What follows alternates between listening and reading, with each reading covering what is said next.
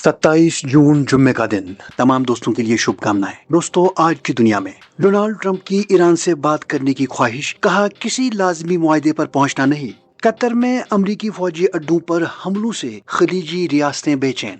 और Iran Israel जंगबंदी के बाद खामनाई का पहला सनसनीखेज बयान। दोस्तों, ये सारे अपडेट्स आज की वीडियो में शामिल है। वीडियो शुरू करने से पहले आपसे यही कहेंगे कि अगर आपने अभी तक इस चैनल को सब्सक्राइब नहीं किया तो फौरन करें, ताकि आप तमाम आलमी खबरों से वाकिफ रहें। और दोस्तों, अपने कमेंट्स में अपनी राय जरूर हमारे साथ शेयर करें। तो आइए शुरू करते हैं।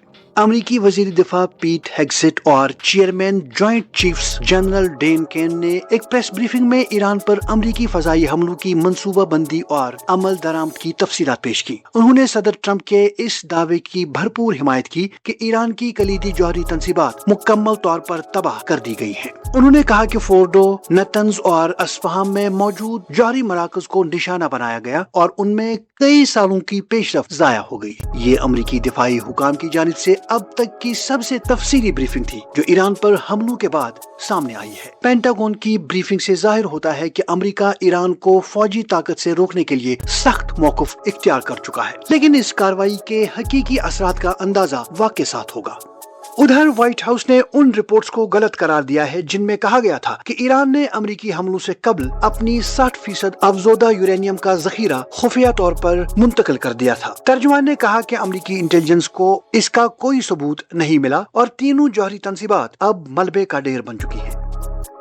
अमरीकी सदर डोनाल्ड ट्रंप ने ईरान के जौहरी मरकज पर हमला करके अपनी नई हिकमत अमली ताकत के जरिए अमन को अमली जामा पहनाया। नायब सदर JD वेंस के मुताबिक ये हिकमत अमली 3 नुकात पर मबनी है। पहले सफारतकारी, फिर ताकत का इस्तेमाल और जल्द अज जल्द तनाज़ा से निकल जाना। आया ट्रंप की ये ताकत से अमन पॉलिसी कामयाब होती है या मशरिक़ी वुस्ता को मजीद अदम इस्तेकाम में धकेलती है, इसका फैसला आने वाले दिन करेंगे। दूसरी जानिब सदर डोनाल्ड ट्रंप ने ऐलान किया है कि वो अगले हफ्ते ईरान से बात करेंगे। ये बयान इसराइल और ईरान के दरमियान जंगबंदी के दूसरे दिन सामने आया है। ताहम ये वाज़िया नहीं किया गया कि ये मुज़ाकरात किस फॉर्मेट में होंगे या इनसे ईरान के जौहरी प्रोग्राम पर कोई मुआहिदा मुतवक्का है या नहीं। ट्रंप ने नेटो कॉन्फ्रेंस में मीडिया से गुफ्तगू करते हुए कहा कि उनका मकसद किसी लाजमी मुआहिदे पर पहुँचना नहीं है, बल्कि वो ईरान से बात करने के लिए तैयार हैं।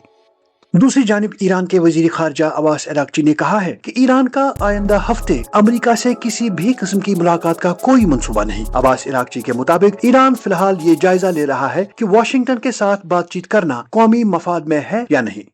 उधर फ्रांसीसी सदर एमेनुएल मैक्रोन ने खबरदार किया है कि अगर ईरान जौहरी अदम फैलाव के आलमी मुआहदे NPT से अलहदा हो गया तो ये एक बदतरीन मंजरनामा होगा जिससे आलमी सलामती को खतरा लाहक हो सकता है। ईरान ने अमरीकी फजाई हमलों के जवाब में पीर को कतर के दारुल हुकूमत दोहा के करीब एक अमरीकी फौजी अड्डे पर 1 दर्जन से जायद मिसाइल दागे। ये हमला खलीजी रियासतों सऊदी अरब, मुत्तहिदा अरब इमारात, बहरीन, कुवैत, ओमान और कतर के लिए एक खतरनाक इशारा है जो बरसों से ईरान से ताल्लुकात बेहतर करने और अमरीका के साथ सिक्योरिटी इत्तेहाद बरकरार रखने की कोशिशें कर रही थी। कतर में मंगल को खलीजी वज़राए खारजा का हंगामी इजलास हुआ, जहाँ इस हमले के खिते पर असरात पर गौर किया गया। तजियाकारों के मुताबिक खलीजी रियासतें अब खुद को एक ऐसे तनाज़े के बीच में फंसा हुआ महसूस कर रही हैं जिससे वो बचना चाहती थी।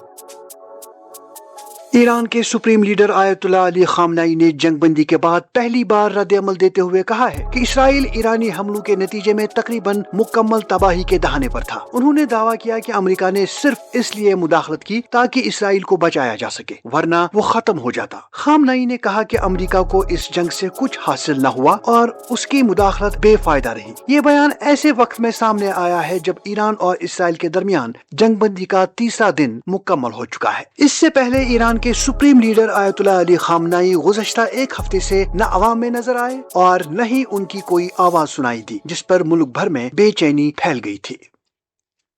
सदर ट्रंप की जानिब से ईरान की जौहरी तंसीबात पर हमला, जो उनके माजी के जंग मुखालिफ मौक़िफ़ के बरक्स था, ने बीजिंग में नई बेचैनी पैदा कर दी है। चीनी हुकाम अब इस बात का असर नौ जायजा ले रहे हैं कि अगर वो ताइवान पर दबाव बढ़ाते हैं या फौजी कार्रवाई की कोशिश करते हैं तो ट्रंप का रद्द अमल क्या हो सकता है। तज्जियाकारों का कहना है कि ईरान पर हमला ये जाहिर करता है कि सदर ट्रंप दूर दराज तनाज़ात में भी ताकत के इस्तेमाल से नहीं हिचकिचाते, जो बीजिंग के लिए एक गैर यकीनी सूरत हाल पैदा करता سکتا ہے۔ ماہرین کے مطابق چین اب تائیوان کے حوالے سے امریکی حمایت کو آزمانے میں زیادہ احتیاط سے کام لے گا، کیونکہ ٹرمپ کا رویہ غیر متوقع اور جارحانہ ہو سکتا ہے۔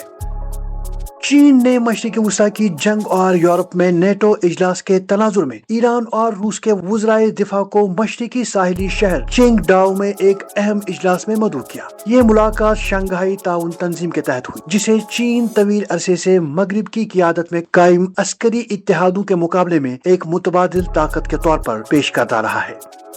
دی ہیگ میں ہونے والے نیٹو سربراہی اجلاس میں یورپی اتحادی ممالک نے اتفاق کیا ہے کہ وہ آئندہ دہائی تک اپنے دفاعی اخراجات کو قومی آمدنی کے 5% تک بڑھائیں گے۔ اس فیصلے کو صدر ڈونالڈ ٹرمپ کی بڑی کامیابی قرار دیا جا رہا ہے، جو برسوں سے نیٹو ممالک پر زور دیتے آئے ہیں کہ وہ امریکی تحفظ پر کم انحصار کریں اور دفاع میں خود کفالت اختیار کریں۔ نئے ہدف کے مطابق 3.5% رقم روایتی فوجی ضروریات، جبکہ باقی 1.5% ملٹری سے منسلک منصوبوں اور شہری دفاع پر لگائی جائے گی۔ ٹرمپ نے اسے شاندار اجلاس قرار دیا اور کہا کہ امریکہ کی موجودگی کے بغیر نیٹو مکمل نہیں ہو سکتا۔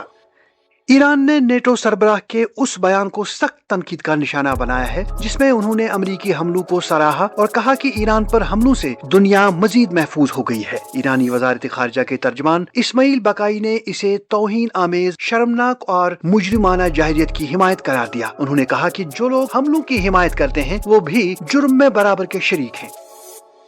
ادھر بیلجیم کے وزیر دفاع نے نیٹو اجلاس کے موقع پر العربیہ سے گفتگو میں کہا کہ مشرقی وسطی میں جوہری ہتھیار صرف اسرائیل کے پاس ہونے چاہیے۔ ان کا کہنا تھا کہ ایران اگر جوہری صلاحیت حاصل کر لیتا ہے تو یہ یورپ اور مغربی دنیا کے لیے سنگین خطرہ ہوگا۔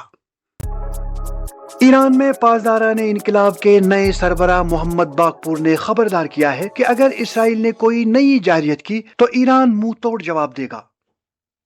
ادھر فرانسیسی صدر ایمینوئل میکرون نے اسرائیلی وزیر اعظم بنجامن نیتن یاہو سے ٹیلی فون پر گفتگو کرتے ہوئے زور دیا ہے کہ ایران اور اسرائیل دونوں کو حالیہ فائر بندی کا مکمل احترام کرنا چاہیے۔ میکرون نے واضح کیا کہ غزہ میں بھی جنگ بندی کے لیے اقدامات ناگزیر ہیں۔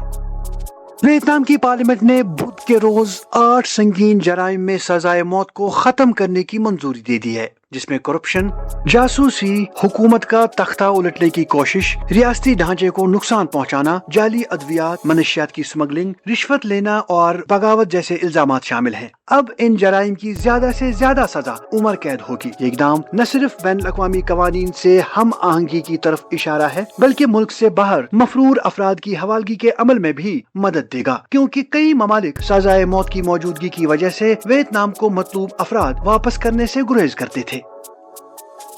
ایکزیوم اسپیس کے ذریعے بھارت، ہنگری اور پولینڈ کے خلاباز پہلی بار بین الاقوامی خلائی اسٹیشن فالکون 9 کے مشن پر روانہ ہوئے۔ راکٹ نے 4 خلابازوں کو بدھ کی صبح خلا میں بھیجا۔ یہ مشن خلا میں 2 ہفتے قیام کرے گا اور 31 ممالک کے سائنسی تجربات انجام دے گا۔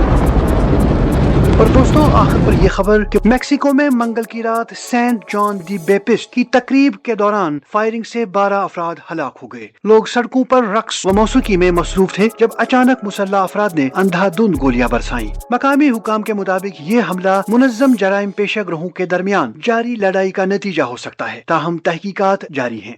تو دوستوں، آج کی دنیا میں اتنا ہی۔